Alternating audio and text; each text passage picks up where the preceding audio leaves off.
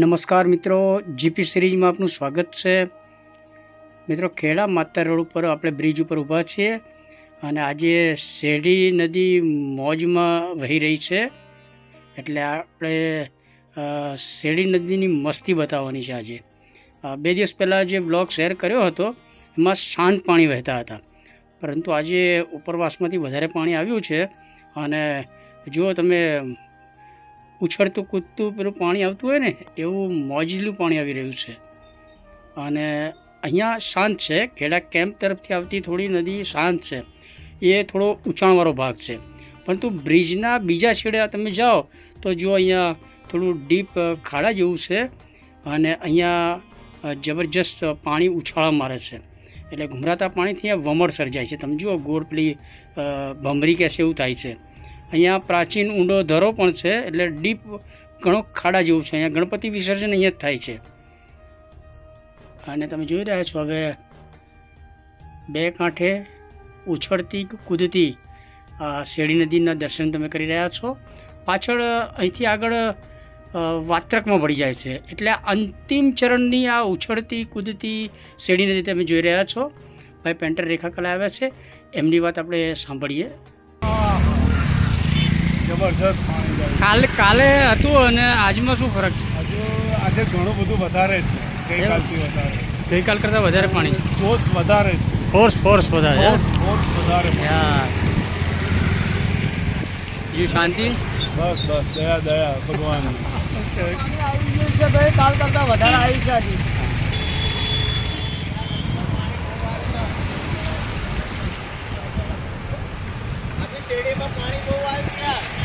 કાલ કરતાં વધારે છે એવું છે? આજે વધારે પાણી આવ્યું શેરડી નદીમાં। હા,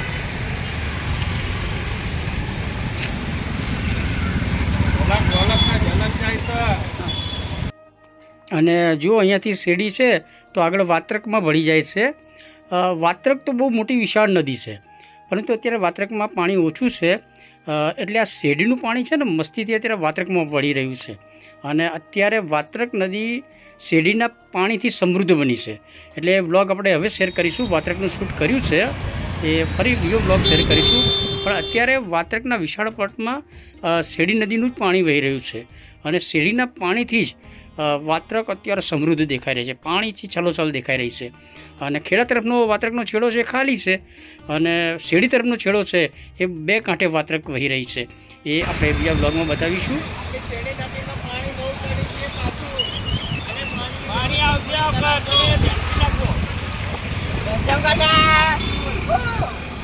હવે આ બ્રિજ છે એના ખેડા કેમ્પ તરફનો જે છેડો છે ત્યાંથી આ શેરડીના પાણી વહીને આવી રહ્યા છે, ખૂબ જ ફોર્સ સાથે આવી રહ્યા છે। હવે આપણે ઊભા છીએ એ ભાગ થોડો ઊંચાણ ઉપર છે અને પાછળ જે છે બ્રિજની પેલે તરફ એ થોડું ડીપ છે। આપ જો પાણીનો પ્રવાહ જોઈને જ ખ્યાલ આવી જશે કે આપણો જે જલસ્તર ઊંચું દેખાય છે, પરંતુ ખરેખર ભૌગોલિક રીતે અહીંયા ભૂસ્તર જ ઊંચું છે, એટલે અહીંયાથી પાણી પછડાટ સાથે સામે તરફ વહી જાય છે।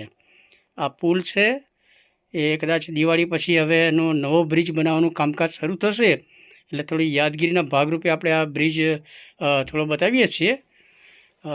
જો પાણી છે તો વહીને જાણે કે ઢાળ હોય એ રીતે પેલી તરફ ડીપ પેલો ધરો છે એ તરફ પછડાટ સાથે વહીને જાય છે અને એ જ મોજ મસ્તી સાથે શેરડીનું પાણી છે આ બ્રિજના પેલા તરફથી ઉછળ કૂદ સાથે એ વાત્રકમાં ભળે છે અને વાત્રક નદી અત્યારે 2 કાંઠે થઈ ગઈ છે, વિશાળ પટ છે।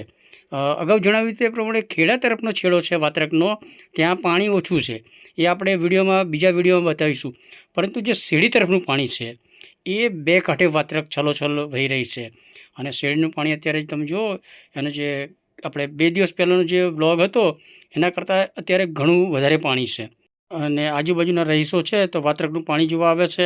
આ સોખડાના ભાઈ છે ને અહીંયા જ શેરડી કિનારે ચાની લારી છે, એ હંમેશા આપણને ચા પીવડાવે છે, પણ આપણે ચા પીતા નથી એટલે હવે ખાલી વાતો જ કરી છે। અને બાજુમાં ભાઈ યોગેશ બેઠો છે, મણિકાકાનો દીકરો છે ને, મણિકાકાની રેડિયો રિપેરિંગની ખેડામાં દુકાન વર્ષો પહેલાં હતી, હવે આપણે ખેડા સ્મશાન તરફના રોડ ઉપર આવ્યા છીએ અને ત્યાંથી ખેડા માતર રોડનો આ બ્રિજ છે શેરડીનો એનો નજારો બતાવીએ છીએ.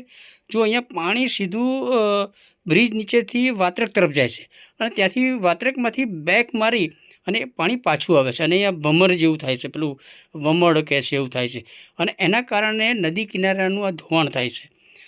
તમે જુઓ પેલા ભેખડો અહીંયા પડી છે અને દર વર્ષે આ શેરડીનો કિનારો છે એનું થોડું ધોવાણ થાય છે અને શેરડી જે સાંકડી નદી છે પરંતુ થોડી બ્રોડ થતી જાય છે. તમે જુઓ વમળ લેતું પેલું ઘૂમરાતું પાણી છે. ખેડા કેમ્પ તરફથી ફૂલ ફોર્સમાં પાણી આવે છે, અહીંથી ઉછળતું કૂદતું વાત્રકમાં ભળે છે અને વાત્રકમાંથી બેક મારી અને એ પાણી પાછું અહીંયા આવે છે અને આ ગોળ રાઉન્ડ ભમરી વમળ થાય છે. આપ જોઈ રહ્યા છે અહીંયા ઊંડો ધરો છે, ગણપતિ વિસર્જન અહીંયા થાય છે અને પ્રાચીન કાળથી જ અહીંયા ઊંડો ધરો છે અને અહીંથી આગળ જાઓ તો પાછું છીછરો કિનારો છે પરંતુ અહીંયા થોડું ડીપ છે. ખેડા માતરને જોડતો શેરડીનો પુલ છે. થોડું મેમોરિયલ શૂટ કર્યું છે કારણ કે દિવાળી પછી નવો બ્રિજ બનવાનું શરૂ થશે. પાણી કેવું છે? એવી પાણી છે, બહુ પાણી આવ્યું ને? હા, વધારે પાણી આવ્યું નહીં કાલે કરતાં? તો આવશે વધારે, હજુ આવશે વધારે. હા, 7 દિવસની આગાહી છે. કેટલા દિવસની? 7 દિવસની આગાહી. હા,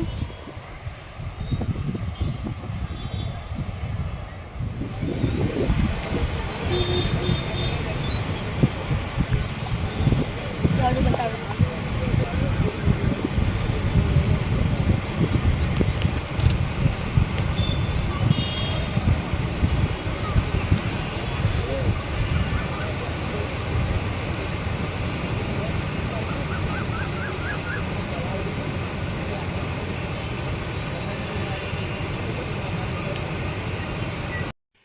મિત્રો આપણે શેરડી અને વાત્રક એનો ચોમાસી મોન્સૂન સિઝનનો નજારો બતાવતા જ રહીએ છીએ અને હવે ખેડાની થોડી કહાની બતાવીએ. ખેડા શહેરનું આ વિહંગાવલોકન આપણે જોઈ રહ્યા છીએ. ખેડા શહેર ખૂબ જ પ્રાચીન શહેર છે અને ભગવાન રામચંદ્રજીના પુત્ર રાજા લવ અને રાજા કુશ દ્વારા રામ ભક્ત હનુમાનજીના પુત્ર રાજા મકરધ્વજના દીકરા રાજા મયુરધ્વજને આ પ્રદેશ સોંપ્યો હતો અને લૌકિક દંતકથા પ્રમાણે રાજા મયુરધ્વજ દ્વારા જ આ શહેર વસાવાયું હતું અને મયુરધ્વજ દ્વારા જ આ ખેડે હનુમાનજીની સ્થાપના પણ કરવામાં આવી હતી. આ ખૂબ જ પ્રાચીન શહેર છે અને ઊંચા ટેકરા પર વસેલું શહેર છે. ખેડાની ચારે તરફ નદીઓ અને વહેરાના પાણી વહે છે. આપણે હનુમાનજીનું મંદિર જે જોયું તો એ તરફ ઉત્તરે વાત્રક નદી વહે છે અને અહીંથી આપણે પાછળ જોઈએ છીએ ખેડા કેમ્પ દેખાય છે, પેલી બિલ્ડિંગ દેખાય છે પાછળ, એ ખેડા કેમ્પ બિલ્ડિંગ છે અને એ તરફ શેરડીના પાણી વહે છે. એટલે આપણે ચારે તરફ નદીઓ અને વહેરાના પાણી વહે છે ને ઊંચા ટેકરા ઉપર આપણું ખેડા શહેર આવેલું છે. અહીંયા મનકામેશ્વર મહાદેવ છે, દીકરેડી માતાનું મંદિર છે અને 5 હરડી વિસ્તાર છે. ખેડા શહેરનો સૌથી ઊંચો એરિયા છે અને પાછળ દેખાય છે કચેરી કમ્પાઉન્ડ કહેવાય છે.